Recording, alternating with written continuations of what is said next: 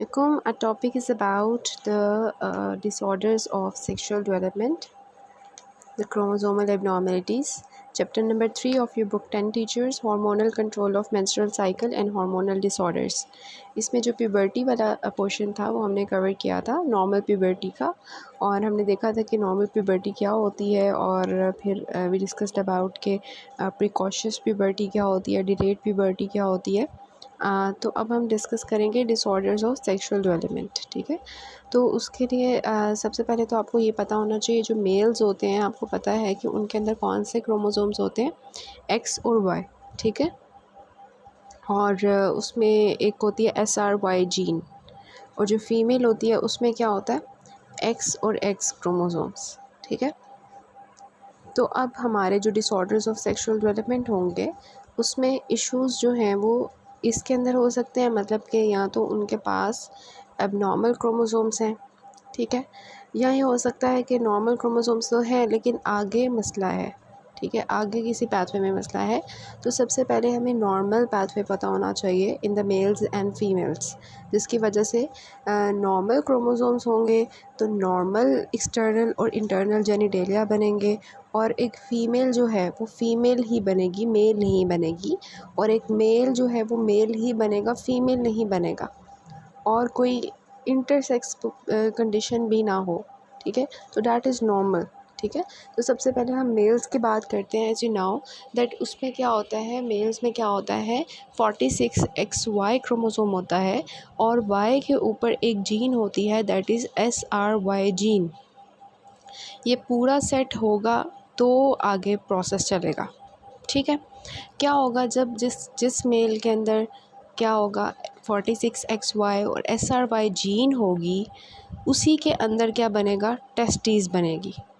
ठीक है, अदरवाइज़ अगर किसी के अंदर 46XY SRY जीन पूरा सेट नहीं है तो टेस्टिस बनेगी ही नहीं। ठीक है, लेकिन नॉर्मली क्या होगा, टेस्टिस इसी वजह से बनेगी। फिर जब टेस्टिस बन जाएंगी तो फिर क्या होगा, दो काम होंगे। एक ये कि टेस्टिस जो है वो प्रोड्यूस करेगी, वहाँ से निकलेगा क्या, AMH, एंटी मुलेरियन हार्मोन। ठीक है, जो एंटी मुलेरियन हार्मोन होता है, इसके नाम से पता चल रहा है कि मुलेरियन जो स्ट्रक्चर्स होते हैं उनको ये इनहिबिट कर रहा होता है। मुलेरियन स्ट्रक्चर्स कौन से होते हैं, जो फीमेल के अंदर होते हैं, यूट्रस, ओवरीज एट्सेट्रा। तो मेल्स के अंदर क्या होना चाहिए, फीमेल के स्ट्रक्चर्स बनने चाहिए, मुलेरियन स्ट्रक्चर्स बनने चाहिए नहीं। तो इसलिए जब टेस्टिस प्रोड्यूस होंगी तो testis AMH, anti Mullerian hormone produce करेगी, जो कि क्या करेगी कि मुलेरियन स्ट्रक्चर्स को बनने से रोकेंगी। जो फीमेल स्ट्रक्चर्स हैं, यूट्रस, ओवरीज एट्सेट्रा, वो नहीं बनेंगे। तो एंटी मुलेरियन हार्मोन का ये काम हो गया। दूसरी साइड पे देखिए, जो टेस्टिस होती हैं वो प्रोड्यूस कर रही होती हैं टेस्टोस्टेरॉन। इसका तो आपको पता होगा। अब टेस्टोस्टेरॉन जो होता है, ये जब बन जाता है मेल्स में तो ये बना देता है जेनिटल्स। कौन से genitals, internal genitals of the mails. ठीक है, मेल्स में जो अंदर वाले जेनिटल्स हैं वो जो सारा वॉस डिफरेंस है, एपिडिडमस है, ठीक है, और टेस्टिस हैं, वो सारी क्या बन जाएगी, टेस्टोस्टेरॉन के होने से। भाई टेस्टोस्टेरॉन जो होता है ये क्या करता है, एक एंजाइम होता है 5-अल्फा रिडक्टेज एंजाइम। उससे क्या होता है, जो टेस्टोस्टेरॉन होता है ये कन्वर्ट होता है इनटू द डाईहाइड्रोटेस्टोस्टेरॉन। ठीक है, अब जो टेस्टोस्टेरॉन होता है वो भी थोड़ा बहुत क्या बना रहा होता है, थोड़ा बहुत एक्सटर्नल जेनिटल्स बना रहा होता है। टेस्टोस्टेरॉन थोड़ी अमाउंट में विरिलाइजेशन कर रहा होता है, मेल फीचर्स लेके आ रहा होता है, लेकिन ज़्यादा पोटेंसी किसकी है, डाईहाइड्रोटेस्टोस्टेरॉन की। इसलिए जो टेस्टोस्टेरॉन होता है वो सबसे पहले 5-अल्फा रिडक्टेज के थ्रू कन्वर्ट होता है डाईहाइड्रोटेस्टोस्टेरॉन में, और डाईहाइड्रोटेस्टोस्टेरॉन जो है ये क्या करता है, मेल की जो है वो विरलाइजेशन करता है और एक्सटर्नल जेनिटल्स बनाता है।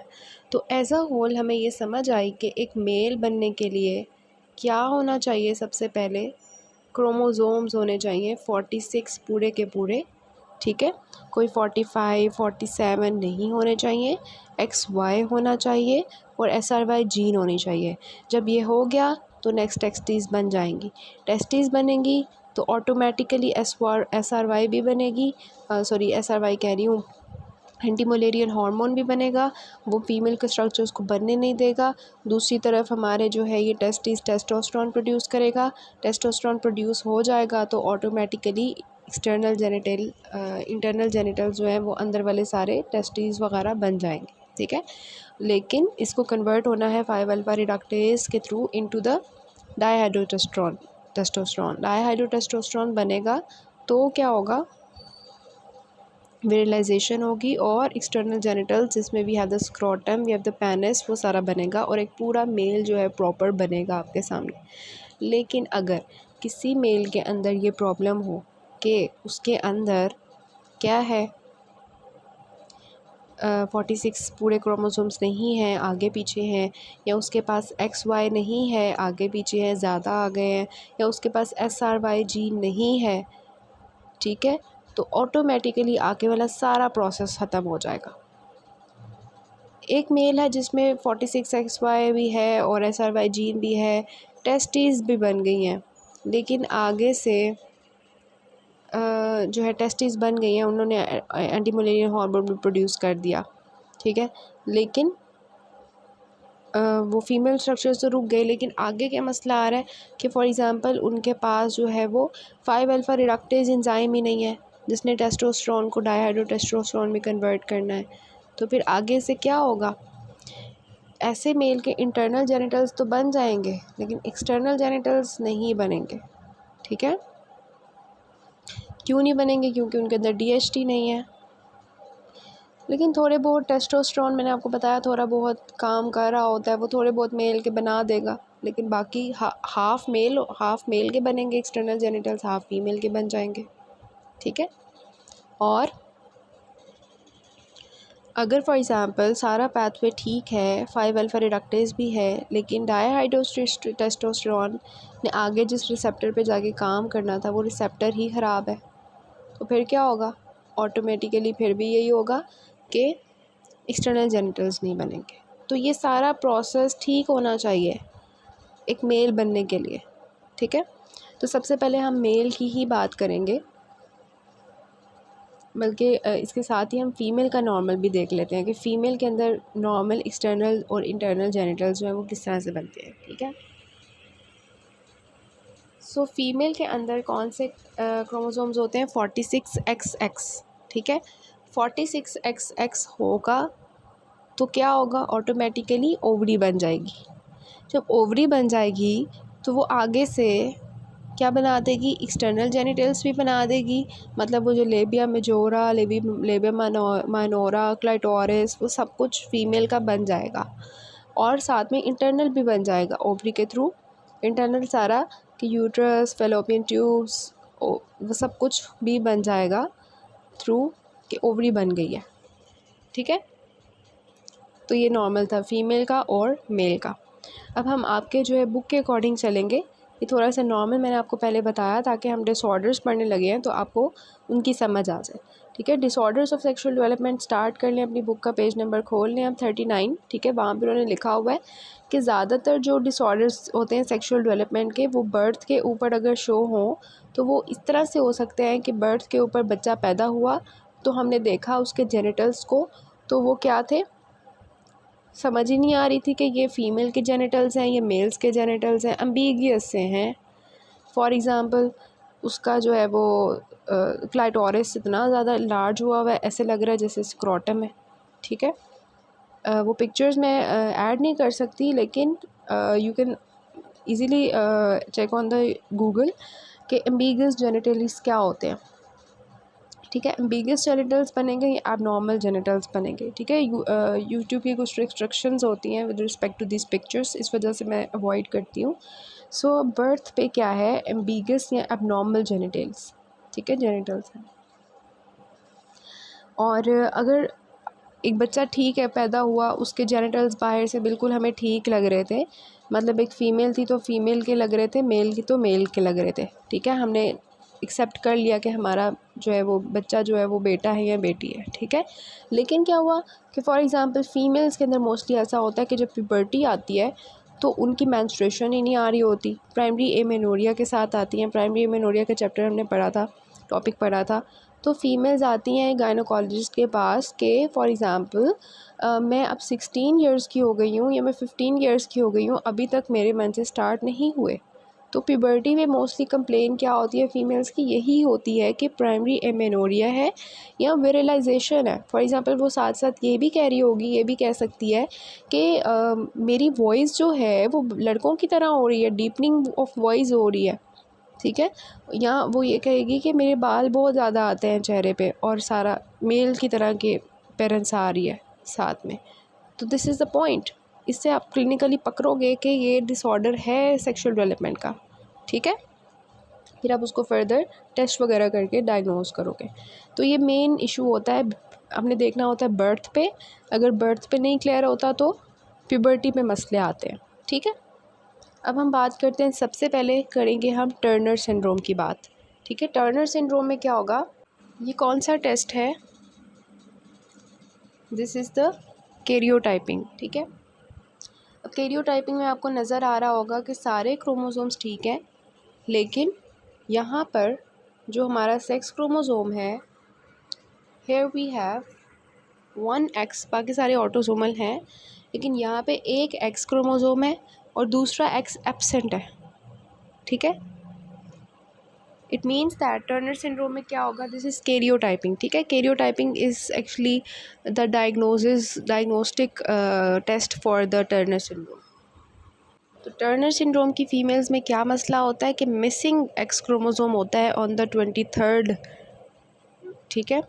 23rd जो पेयर होता है, जो मैंने अभी दिखाया कैरियोटाइपिंग में, वहाँ पर एक एक्स क्रोमोसोम ख़त्म होता है, मतलब वो नहीं होता, ठीक है। तो हम इसके पेरेंट्स बाद में देखते हैं। तो हमने कहा था कि 46XX होगा तो ही ओवरी बनेगी, तो ही एक्सटर्नल और इंटरनल जेनिटल्स जो है वो प्रॉपर बनेंगे। लेकिन इन फीमेल्स में क्या है, 46X ज़ीरो है, ठीक है, X नॉट है, 45 क्रोमोसोम्स हैं, 46 नहीं है। तो क्या होगा, उनकी ओवरी बनेगी नॉर्मली? नहीं, ठीक है, ओवरी नहीं बनेगी, उसका सिर्फ थोड़ा बहुत स्ट्रोमा सा बना रहेगा, ठीक है। और उसके जो गुनैड्स होंगे वो भी मतलब इन जो गुनैड्स बनते हैं ना, इस तरह से ओवरी अजीब सी बनती है, मतलब स्ट्रीक गुनैड्स कहते हैं उनको। अब इनकी जब ओवरी नहीं बनेगी तो क्या ओवरी ने जो हार्मोन्स प्रोड्यूस करने थे, ईस्ट्रोजन, प्रोजेस्टेरॉन, क्या वो रिलीज़ होंगे? नहीं, ठीक है, ईस्ट्रोजन मेनली प्रोड्यूस नहीं होगा। क्या ओवरी नहीं बनेगी तो ओसाइट्स प्रोड्यूस होंगे? नहीं। तो ऐसी फीमेल्स मेंस्ट्रुएशन करेंगी? नहीं, ठीक है। सो ओवरीज नहीं बनेंगी तो ईस्ट्रोजन नहीं बनेगा, हार्मोन्स नहीं बनेंगे और एग्स भी नहीं बनेंगे। तो फीमेल किसके साथ आएगी? एमेनोरिया के साथ, ठीक है। और सेक्स क्रोमोसोम्स नहीं बन रहे तो वो नहीं बन रहे, ईस्ट्रोजन नहीं बन रहा, तो क्या इन फीमेल्स की नॉर्मल सेकेंडरी सेक्शुअल कैरेक्टरिस्टिक्स आएंगे फीमेल वाले? नहीं, ठीक है। तो यही मसला है कि टर्नर सिंड्रोम में 45X नॉट है, ठीक है। तो क्या है कि एक्स नहीं है, एक्स जो है वो 2X नहीं है, 2X होते तो ओवरी बनती, लेकिन अब स्ट्रीक ऑफ गोनाड्स बन जाएंगे, मतलब कि बस ऐसे लगेगा जैसे ओवरी का थोड़ा थोड़ा हिस्सा बना हुआ है, ठीक है, थोड़े से स्ट्रोमा टाइप बना हुआ है। So this ovary will be non functioning, ठीक है। दूसरी तरफ अगर हम देखें तो क्योंकि ये वाई नहीं है, नो वाई क्रोमोसोम, ठीक है, मतलब एक्स नॉट है, ठीक है, एक्स नहीं है तो ओवरी नहीं बनेगी, एक्स नॉट है, वाई क्रोमोसोम नहीं है, तो ऑब्वियसली उनके अंदर एंटी मुलेरियन हार्मोन प्रोड्यूस नहीं होगा, जो कि वाई क्रोमोसोम के होने से होना था टेस्टिस की प्रोडक्शन की वजह से। तो इनके फीमेल के कुछ ना कुछ इंटरनल और एक्सटर्नल जेनिटल्स उसकी वजह से बन जाएंगे, ठीक है, समझ आ रही है। हमने देखा कि ओवरी नहीं बनेगी तो एक्सटर्नल और इंटरनल जेनिटल्स नहीं बनेंगे, लेकिन एक्सटर्नल और इंटरनल जेनिटल्स इसलिए थोड़े बहुत बन जाएंगे इन फीमेल्स के कि उनके पास वाई क्रोमोसोम नहीं है, उनके पास एंटी मुलेरियन हार्मोन नहीं है जिसने फीमेल के स्ट्रक्चर्स को बनने से रोकना था, ठीक है।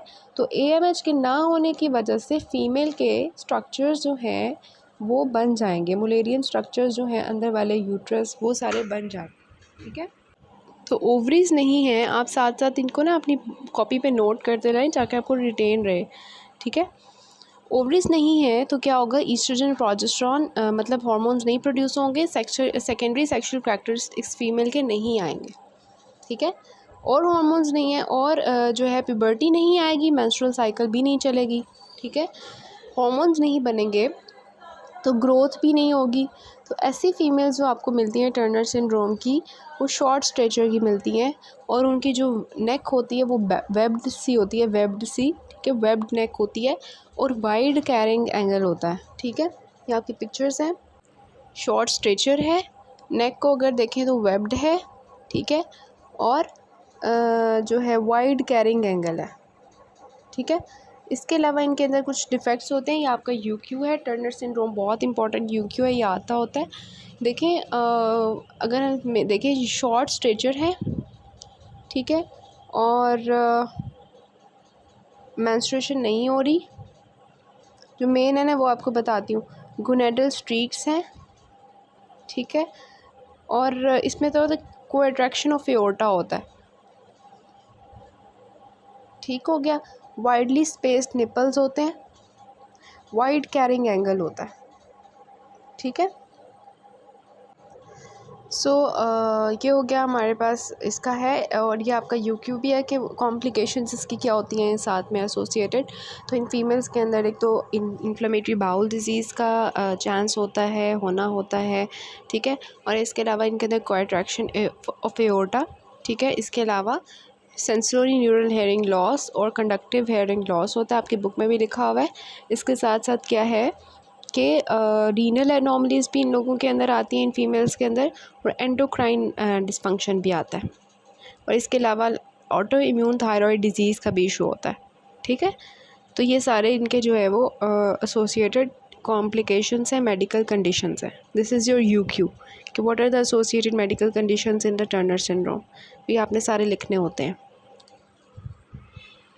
अब इनका जो है हमने करना है डायग्नोसिस, ठीक है। तो डायग्नोसिस में जो हमारी है, सबसे पहले अगर हम बात करें बर्थ पे, ठीक है, तो बर्थ पे हमें, क्योंकि इनके अंदर वाई क्रोमोसोम नहीं है, तो एक्सटर्नल जेनिटल्स जो है वो कुछ ना कुछ हमें लग रहा होगा कि ये फ़ीमेल ही है, ठीक है। लेकिन जब ये प्यूबर्टी में हमारे पास आएगी तो क्या होगा, प्राइमरी एमेनोरिया के साथ आएगी कि मेंस्ट्रुएशन नहीं हो रही। फिर हम क्या करेंगे, क्लिनिकली हम उस पेशेंट को देखेंगे और उसकी जैसे जैसे वो प्यूबर्टी तक आते आते भी उसकी जो ग्रोथ हो रही होगी वो शॉर्ट स्ट्रेचर हो रह गया होगा, तो उसके पेरेंट्स उसको लेके आ रहे होंगे कि बच्चे की ग्रोथ नहीं हो रही, ये मसले के साथ आ सकते हैं। या ये कहेंगे कि अजीब सा इसका स्ट्रक्चर बन गया है, वेब्ड सी नेक है, वाइडली स्पेस निपल्स हैं, और जो है वाइड कैरिंग एंगल है। मतलब उन सबको क्लिनिकली फ़ीचर्स हम देख के बता सकते हैं टर्नर सिंड्रोम के कि टर्नर सिंड्रोम के पेशेंट्स हैं, ठीक है। Along with the clinical features अगर पेशेंट को प्राइमरी एमेनोरिया है तो ये होगा। फिर हम क्या करवाते हैं, उसको कंफर्म करने के लिए हम करवा लेते हैं कैरियोटाइपिंग, ठीक है। कैरियोटाइपिंग में क्या होता है, एक्स क्रोमोसोम जो होता है वो अकेला बैठा होता है, 23rd पेयर पे अकेला होता है, ठीक है। तो उससे हमें कंफर्म हो जाता है this is a patient of Turner syndrome, ठीक है। तो ये हो गया इसका डायग्नोसिस। फिर हमने इसकी ट्रीटमेंट मैनेजमेंट क्या करनी होती है। अब बचपन में जब आएगा, फॉर एग्जांपल प्यूबर्टी से पहले आपके पास फीमेल आ जाती है, शॉर्ट स्ट्रेचर उसके माँ बाप लेके आए, शॉर्ट स्ट्रेचर है, अजीब सा स्ट्रक्चर है इस फीमेल का, तो हम क्या करेंगे, उसका मेजर कंसर्न क्या है चाइल्डहुड में, उसकी ग्रोथ, ठीक है। तो हम क्या करेंगे, बाहर से ग्रोथ हार्मोन्स देंगे, ठीक है, उसकी ग्रोथ को मेंटेन करने के लिए। और अगर एक फ़ीमेल आती है प्राइमरी एमेनोरिया के साथ प्यूबर्टी पे, तो तब हमारा कंसर्न ये होगा ऑब्वियसली अडल्ट्स के केस में कि हम उसकी जो है वो प्यूबर्टी की इंडक्शन करें, ठीक है। किसी तरह वो जो सेकेंडरी सेक्सुअल कैरेक्टर्स ईस्ट्रोजन के ना होने से नहीं आ रहे थे, हम उसकी वो क्या करें, बाहर से ईस्ट्रोजन दें, ठीक है, उसकी प्यूबर्टी इंड्यूस करें। फिर फॉर एग्ज़ाम्पल उसकी प्यूबर्टी हो जाती है, मतलब हम उसको बाहर से ईस्ट्रोजन देते हैं और उसके सेकेंडरी सेक्सुअल कैरेक्टरिस्टिक्स आना शुरू हो जाते हैं। अब करनी है उसके माँ बाप ने उसकी शादी, ठीक है। तो अब जब वो शादी होगी उसकी, तो अब she wants to be pregnant, ठीक है। तो प्रेगनेंसी के लिए उसके एक्सटर्नल जेनिटल्स तो बने हुए हैं, ठीक है। अंदर उसकी हमने अल्ट्रासाउंड करके देखा था तो हमें स्ट्रीक ऑफ ओवरीज मिली थी। तो हम क्या करेंगे कि उसकी प्रेगनेंसी हो जाए टर्नर सिंड्रोम की पेशेंट की। उसके अंदर ओवरीज तो है नहीं है कि उसके अंदर एग प्रोड्यूस हो, तो हम क्या करेंगे, उसके अंदर बाहर से एग की डोनेशन करेंगे, ओवम डोनेशन करेंगे, और फिर उसको हम आईवीएफ फर्टिलाइजेशन, ठीक है, के थ्रू उसको जो है उसकी प्रेगनेंसी इंड्यूस करवाएंगे, क्योंकि अंदर उसके यूट्रस वगैरह तो प्रेजेंट होंगे, सिर्फ ओवरीज़ का मसला है, ठीक है। तो ये एक कॉन्सेप्ट की बात आ जाती है कि हम उसकी किस तरह से आर्टिफिशियल हार्मोनल रेगुलेशन करेंगे बाहर से, फिर उसको मतलब उसकी सारी प्रेगनेंसी जो है उसको प्रोजेस्टेरोन के थ्रू चलाएंगे, ठीक है, and then she can conceive. इसके साथ साथ पेशेंट जो है उसको साइकोलॉजिकल इनपुट की ज़रूरत पड़ती है, ठीक है। तो ये सारा हमारा हो गया टर्नर सिंड्रोम का। अब मेन आपका जो है टर्नर सिंड्रोम था क्रोमोसोमल एबनॉर्मेलिटी में, और इसके बाद जो आपका पेपर में यूक्यू आया हुआ है that is about the adrenal issue, ठीक है, वो भी हम डिस्कस करेंगे, लेकिन इसके बाद नेक्स्ट से हम जो है कवर अप कर लेते हैं क्रोमोसोमल एबनॉर्मेलिटीज़ को नेक्स्ट तक, ठीक है।